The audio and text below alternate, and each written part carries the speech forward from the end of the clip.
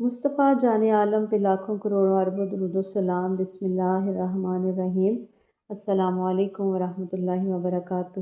میری پیاری اسلامی بہنوں اور بھائیوں، اللہ تعالیٰ آپ کی تمام نیک حاجتوں کو اپنی بلند بارگاہ میں قبول و منظور فرمائے، آمین۔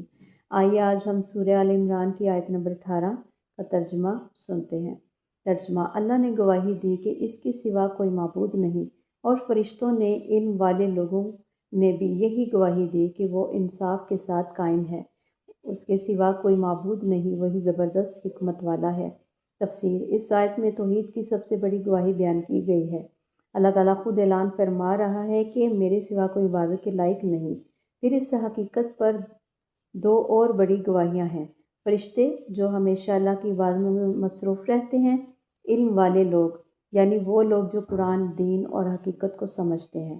یہ آیت ہمیں بتاتی ہے کہ علم انسان کو اللہ کی پہچان تک پہنچاتا ہے۔ سبحان اللہ۔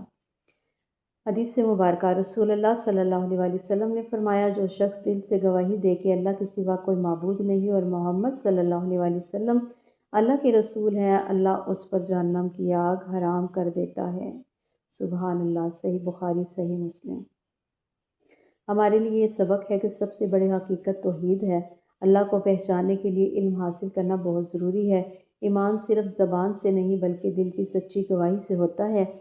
دعا ہے رب کریم سے، یا اللہ ہمیں اپنی توحید کو سچے دل سے ماننے والا بنا دے، ہمیں علم دین عطا فرما اور ہمیں اپنے سچے گواہوں میں شامل فرما لے، آمین۔ اے اللہ ہمیں مرتے وقت کلمہ نصیب فرما اور اپنے پیارے محبوب صلی اللہ علیہ وسلم کے جلووں میں موت، جنت البقیع میں مدفن اور جنت الفردوس میں ان کا پڑوس نصیب فرما، اور اللہ تعالیٰ ہم سب کو اسی سال حج عمرے کی سعادت نصیب فرما، آمین ثم آمین۔